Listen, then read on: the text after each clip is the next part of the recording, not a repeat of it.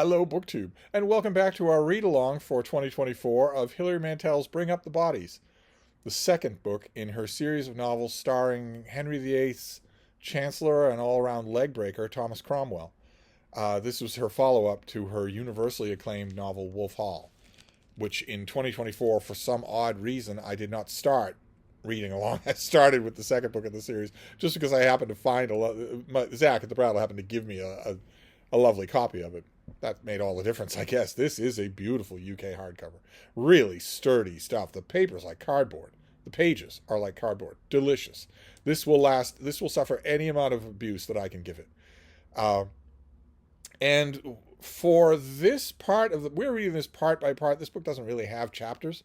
It has parts, and they wildly range in length depending on what kind of concentration Hilary Mantel wants to give them. For instance, the part that we're reading today is called Master of Phantoms, and it's over 150 pages long. It's the longest part of this book. The part that follows it is like 6 or 7 pages long. And it not only is 150 pages long, but it takes place over the course of only 2 months, April and May in 1536. So it's just a question of it. There's no regularity to the way she does that, which I think is really good.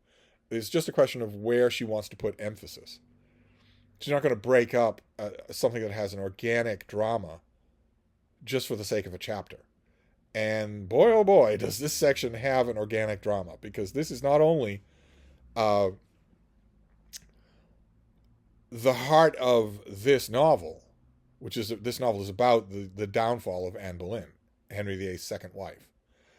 It's not only about this chapter not only highlights that downfall, but it also brings to fruition something that has been animating our main character, Thomas Cromwell, for a book and a half now. Cromwell, in Hilary Mantel's version of events, was a loving servant of Cardinal Wolsey, Henry VIII's old leg breaker and general problem fixer. Not only a loving servant, but more in the place of a son, and definitely Wolsey in the place of a father. Very much the kind of father that Cromwell wishes he had instead of the lowbrow brute that he does have. We get a lot of flashbacks. Wolsey never appears in this book as a living person, never appears in the last book as a living person. We get a lot of flashbacks of what the cardinal was like. He's very much present in the book. Even though we never see him as a living character, he is very much present in the book. Same thing as very much present in this book and the next book is a character who dies in the first book, Thomas More. And when Wolsey, I will give you Hilary Mantel's version of things. When Wolsey dies, a lot of the courtiers rejoice in that fact. They didn't like how powerful he was. They didn't like how lowborn he was. They didn't like how much influence he has with the king. So they create a kind of an after-dinner mask, a play, in which they dress up an actor as Wolsey, and the action of the play is that demons come from hell to drag him down to hell where he's going, and he fights them squealing like a pig the whole time. One grabs one arm, one grabs another, one grabs one foot, one grabs another foot. And the conceit here that Hilary Mantel lays on, I think a little bit absurdly, is that Thomas Cromwell is watching them when those demons come backstage to take their woolly costumes off and cool off. He sees who they are, the courtiers that they are, and vows vengeance against them, no matter how long it takes. He vows that someday he will bring them all down. He will work their ruin. Those men, just for taking part in that little play. And we revert to it a bit in Wolf Hall, a bit in this book from time to time, but in this chapter, Master of Phantoms, he does it. He manages to do it. And it's total happenstance that he does. We think that maybe he would have worked it anyway, but as it is, the method that he gets is total happenstance, because the thing that he's been charged to do, not officially, but unofficially, by Henry, is to get rid of Anne. Get rid of Anne Boleyn. I charged the cardinal with getting rid of Catherine of Aragon, my last wife, and he failed to do it, and he didn't live. Now, I don't like the kind of a shrew that Anne has become, and also she has not given me a living male heir. I don't like anything about this anymore. I don't understand why I was so head over heels in love with her. I want to be rid of her. I want you to come up with a way for me to be rid of her without sacrificing my view of myself as the greatest prince in Christendom. Cromwell knows that that's his job. He's actually visited by the ghost of Wolsey, who says, the king wanted me to get him a new wife, and I failed, and look where I am. Don't fail. Do it. Do it. Find a way and do it. And Cromwell has heard suspicions. There are rumors always floating around court. There's a wonderful bit that I've read you before. I read it to you every time I get to this section in this book. I don't know if I can quickly find it. I don't think I left a bookmark in it. But it perfectly captures the murky atmosphere of court by showing us a memory that Cromwell has of his days in Italy, in which he went to a bathhouse and learned the murky atmosphere of Italian politics. Yeah, here we go. Let me just read this to you again, just because I love this prose. It's just so wonderful. The atmosphere at court this Friday evening in April reminds him, the him is Cromwell, of the public bathhouses they have in Rome. The air is thick, and swimming figures of other men glide past you, perhaps men you know, but you don't know them without their clothes. Your skin is hot, then cold, then hot again. The tiles are slippery beneath your feet. On each side of you are doors left ajar, just a few inches, and outside your line of sight, but very close to you, perversities are occurring, unnatural conjugations of bodies, men and women and men and men. You feel nauseous from the sticky heat and from what you know of human nature, and you wonder why you have come. But you have been told that a man must go to the bathhouse at least once in his life, or he won't believe it when other people tell him what goes on.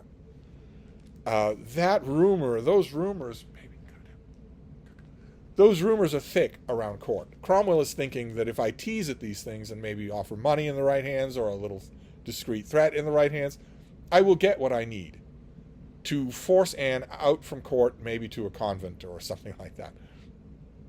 And because the court rumors and the tittle-tattle of Anne's ladies-in-waiting has centered on the beautiful young musician Mark Smeaton, Cromwell invites him to supper at his house in Stepney, thinking, I'll get a little more gossip from Mark Smeaton. And instead, sitting at the table, Mark Smeaton tells Cromwell that the Queen is in love with him, he's in love with her, and they've had marital relations. We're told in the book, Cromwell says that Mark Smeaton has done that very rare thing and surprised him, and that very few people can say that who are still alive. Of course, Mark Smeaton will not be alive for long. He will not live out this chapter. In the chapter, the way Hilary Mantel gives it to us, Smeaton blurts out that he and the Queen are in love, which is a charge he never recants. And in the chapter in the way that Hilary Mantel tells the story, he then blurts out everything else. He blurts out that he wasn't the only one. He blurts out there were other gentlemen of the Queen's chamber, gentlemen of Henry's chamber, that were in and out of the Queen's rooms. This is a gift to Cromwell. He confines Mark Smeaton to a room in his house prior to getting him to write it all down and confess to it the next day. And we are told that in that storeroom where Mark Smeaton is confined, he is in the dark, he is feeling around and feels some of the odd shapes of Christmas costumes and is terrified by them, thinks he's locked in a room with demons and starts to scream. And Cromwell hears him scream and wonders the next morning to his men, don't tell me that you tortured him. I don't want him being brought to court in a chair. And they say, no, we didn't touch him. He was just terrified by his surroundings because he couldn't see in the dark. Don't you believe it? Mark Smeaton was tortured by Cromwell. Not even by Cromwell's men. He was tortured by Cromwell himself. But not in this book. Not this Cromwell. Instead, using that as leverage, Cromwell then goes on, realizes suddenly that he has the gift of all gifts, and manages to bring down all of the men, all four of the men who held one of the legs of that fake Wolsey in that play. One by one, he hauls them in. One by one, he interrogates them, and one by one, he finds that he has enough evidence to convict them all. The one person who wasn't there at that mask, who is very much obviously guilty, is the poet Thomas Wyatt, and Cromwell has made a promise to Wyatt's father to protect him, and so he will not have it. And there's a crucial hold-your-breath moment where Cromwell is talking with Henry, gently nudging him to maybe exclude Wyatt from all the rest of this stuff. And gradually, thankfully, Henry says, no, it wasn't Wyatt. So Wyatt is not going to die. He's not going to be tortured. These other men are going to die. They're going to have a horrible fate in store for them. And one of those men is George Boleyn, Anne's own brother, who has been maligned by his own wife as having conjugal relations with his sister.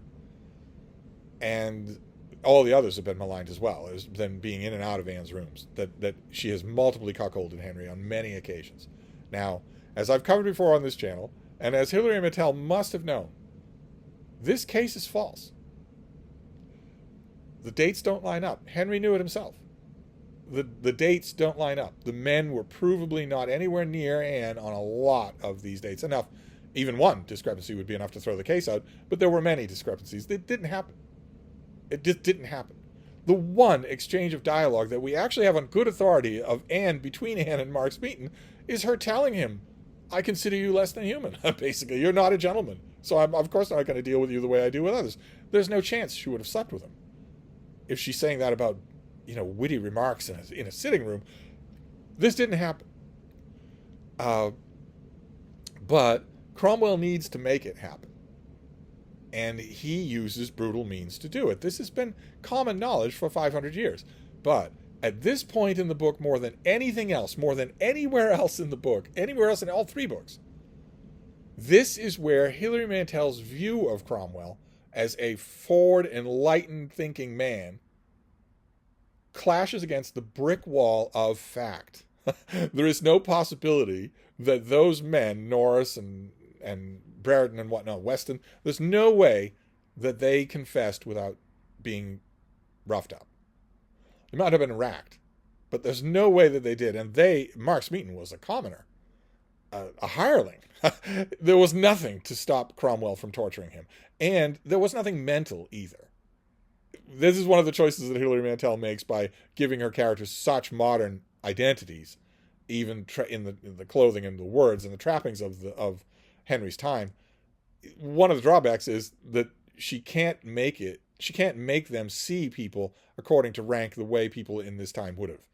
Cromwell would not have thought that Mark Smeaton was fully human, despite the fact that Cromwell came from much lower beginnings. He wouldn't have thought that he was fully human, and would have taken every advantage of torturing him to get anything that he wants to say, even if it's false. And a lot of it was. We know that it was false. Mantel makes a vague rhetorical stab at this, saying, well, people, they come and go on river barges with hoods over their heads, and you never know where they are. You can't be 100% sure. Well, okay, you can't be 100% sure, but we can be 98% sure. But it doesn't matter, because the goal is to bring down Anne. And this isn't what Cromwell expected. He expected that he would be able to bring her down. He didn't expect that he would be able to have her arraigned on capital charges. But this is treason. In addition to everything else, in addition to her being unfaithful to Henry, which is pointed out in this book and is pointed out in a couple of other biographies of Anne, is not illegal. In addition to that, this is treason. And also sorcery. And the abomination of incest. All of it is too much. Anne is in fact arrested. She is brought to the Tower. Famously, she says to the keeper of the Tower, am I to go into a dungeon? And he says, no, you're to go into the rooms that you waited for at your coronation. But she knows perfectly well, I think, when she's in her clear mind, she knows she's not going to survive this. It just seems unthinkable. Henry waited for Catherine of Aragon to die. He was impatient at times. He was brutish always. But the idea of killing a queen, that's, in many ways, to many people in many quarters, unthinkable. It seems impossible that Henry will do that. Nevertheless, he wants her gone. He doesn't want her in a convent up country. He wants her gone. He wants to expunge her from the world. And Hilary Mantel takes us through the arrest and deposition of all of those witnesses, Anne's own arrest and deposition, her long stay in the Tower, her trial, over which her own father presides. Her father and her uncle are part of the apparatus that convicts her, and her brother. We get the executions, And the segment ends with Anne's execution, which is not described in full gory detail. Hilary Mantel uses a wonderful phrase: "The body exsanguinates." uh, Anne was executed kneeling upright. She didn't lay her head down on a block. She was kneeling upright, so her head was lopped off by a French swordman that was brought in for the occasion. He had a very heavy, very finely tuned weapon. There was no chance that she was going to be hacked to pieces on the scaffold. No chance at all. Like, ironically enough, like Cromwell himself will later be. There was no chance of that. This man was an artist, an expensive artist. He was called in from France in order to take her head off absolutely cleanly, instantly. And he does that. And the body exsanguinates. If you cleanly and neatly decapitate someone who is in a kneeling upright position, the initial part of that exsanguination is going to be fairly dramatic. Anne's ladies in waiting, who are all veiled, they immediately take control of the body. They immediately take control of the head. They don't want men anywhere near her. Of course, if you've read Philippa Gregory's novel, The Other Boleyn Girl, you know that one of the women behind those veils was Mary Boleyn, the sister, Anne's own sister. A neat little twist. We don't know who those women were. We can guess, but we don't know. And that's the end of this segment. Anne's head is lopped off her body. The impression that we're given jives with what historians of the time have said, which is that until literally the very last second of her life, she was expecting Henry to reprieve her. She could not believe that he would decapitate a queen. She could not believe it. As Cromwell says in this section of the book, she has not the faintest conception of how thoroughly he is done with her. He doesn't think about her anymore. Doesn't talk about her anymore. Doesn't allow anyone else to talk about her anymore. The only thing left for her is the formality of actually being dead. And she doesn't believe that. Until the very last minute, she doesn't believe that. And that's this section. This is the downfall and death of Anne Boleyn, and it brings us almost to the very end of the book. So we'll do the next section, which I think is called Spoils. Yeah, we'll do the next section next time, and then we'll be done with Bring Up the Bodies. And then what I'm thinking I will do, since somewhere along the line someone is going to make this into a playlist, I think what we'll do next for 2024 is go back to Wolf Hall. We'll read the first book in this kind of detail, section by section. And then we'll move on. I'm assuming that by the time we're done with Wolf Hall, Zach will have found me a UK hardcover of The Mirror and the Light, because I don't want to read it any other way. I want to read these in these gorgeous, heavy UK hardcovers. So I'm assuming that he will have done that, or I'll just fire him. Anyway, I'm going to wrap this up for now. That is Bring Up the Bodies. We're almost at the end. We're just going to wrap up the action of this novel. So I'll see you then. Thank you, BookTube.